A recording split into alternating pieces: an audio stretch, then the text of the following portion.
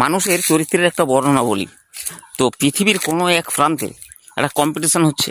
তো সেই কম্পিটিশানে বলা হলো বা জাজমেন্টরা বললেন যে এখানে আমরা কাঁকড়ার কম্পিটিশান করব।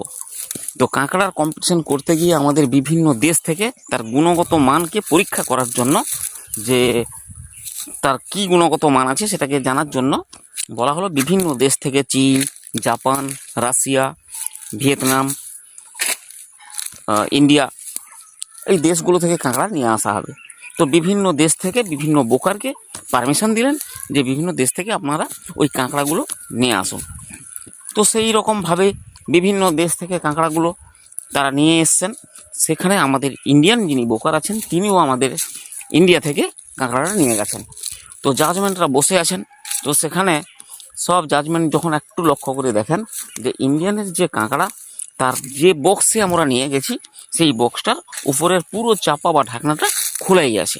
তো হঠাৎ একজন মানে জাজমেন্ট বললেন যে কি ব্যাপার, সব দেশ থেকে যেটা চীন, জাপান, ইংল্যান্ড, ভিয়েতনাম, রাশিয়া, ওই দেশ থেকে যত কাঁকড়া এসছে সব চাপাগুলো সব চারিদিকে ঢাকনা আছে, কেবলমাত্র অক্সিজেন পাওয়ার জন্য সামান্য একটু ফুটো করা আছে।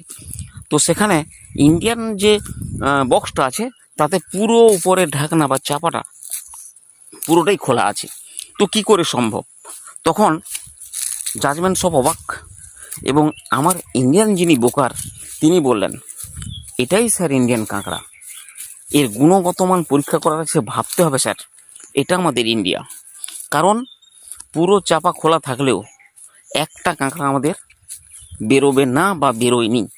কারণ কি, একটা কাঁকড়া যদি উপরের দিকে উঠতে থাকে বাকি 10টা কাঁকড়া নিচের দিকে টেনে নামিয়ে দেবে, এটাই হচ্ছে ইন্ডিয়া।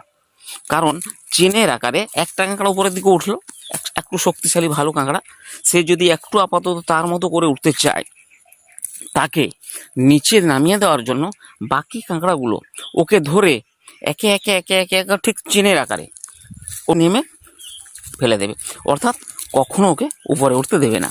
অর্থাৎ আমরা হচ্ছি ভারতীয় বা পশ্চিমবাংলার মানুষ। তাই আমাদের দেশের প্রত্যেকটা মানুষ যদি কেউ ভালো কিছু করতে চায়, একটু উপরে উঠতে চায়, ভালো শিক্ষা নিতে চায়, আপনাকে ভালো কখনো হতে দেবে না। সবসময়ের জন্য নিচে নামিয়ে দেওয়া হচ্ছে মানুষের ধর্ম বা কাজ। অর্থাৎ ব্যাপারটা আপনারা নিশ্চিত বুঝতে পারছেন আমি কি বলতে বা বোঝাতে চাইলাম।